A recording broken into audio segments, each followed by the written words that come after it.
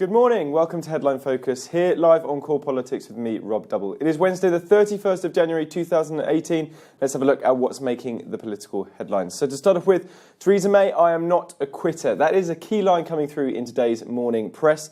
She's quoted widely in the press as saying on a voyage to China, on a plane to China, first and foremost, I'm serving my country, my party. I've said to you before, I'm not a quitter. Now, why is she having to say this? Well, because while she's away, Conservative MPs and indeed ministers and senior ministers are starting to make noise about the Theresa May's leadership not being successful, not providing the direction the party needs, nor communicating to the country what they need to hear from their Prime Minister. And as a result, the Conservatives are flagging behind Labour in the polls. The Prime Minister did admit that her communication isn't quite up to scratch. She said she must do better to sell the government's messages to the voters.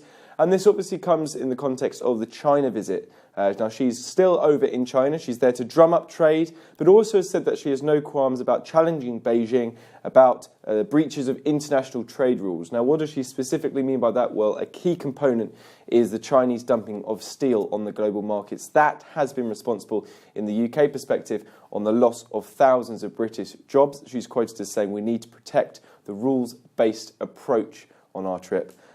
She's also confirmed that there's going to be an Anglo-Chinese education partnership designed to boost links between the two nations. And of course, the Prime Minister confirmed as well that she is seeking a free trade deal with China after Brexit. Be interesting to see after this visit what the Chinese response is to the possibility of that trade deal happening in the very, very near future. Next up, Labour to force the publication of the Brexit reports. Now, these were the leaked Brexit reports I explained yesterday in Headline Focus.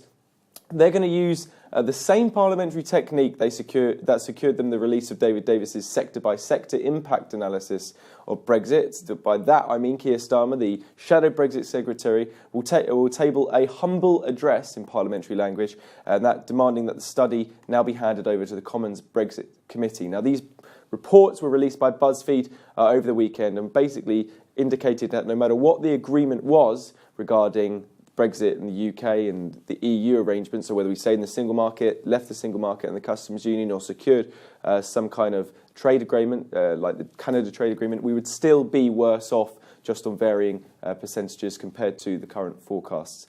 May says the studies should not be published, still maintaining that the government line, while the Brexit negotiations are ongoing. She's quoted as saying, when the time comes to Parliament to vote on the final deal, we will ensure that Parliament has the appropriate analysis. But it'd be wrong to publish analysis which might prejudice our negotiating position.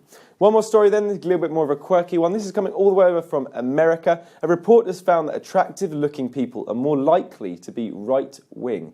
Now, that's a bombshell study from American academics, been released today.